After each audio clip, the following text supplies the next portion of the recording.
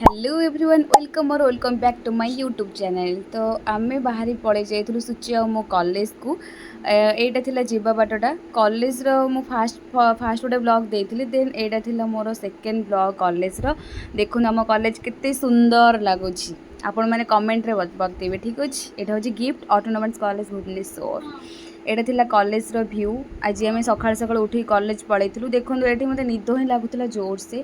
Then एठी आम पळैथिलु lab को सार ही आसी नथिले तो एठी आमे माने मिसिकी टिके वीडियो करूथिलु एंड फोटो भी टिके ଏବେ ଲ୍ୟାବ୍ ଥିଲା ସାରଙ୍କର ଆଉ ସାର୍ ଏପର୍ଯ୍ୟନ୍ତ ଆସିନାହାନ୍ତି।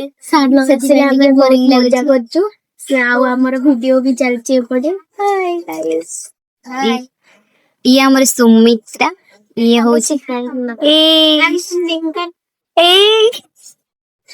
एम फ्रॉम केंद्रापड़ा ऑल्सो मी।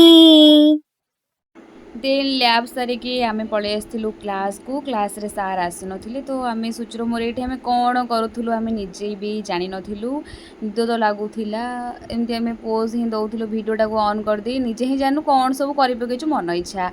एटा हैला हमो क्लास रूम। मु खाली फोटोटा स्टार्ट करछि कि नै सार पळै आस्थिले।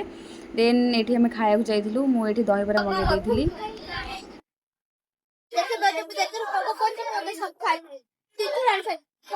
प्लेट सफा कर साइलानी खायर एते कोन खाउजु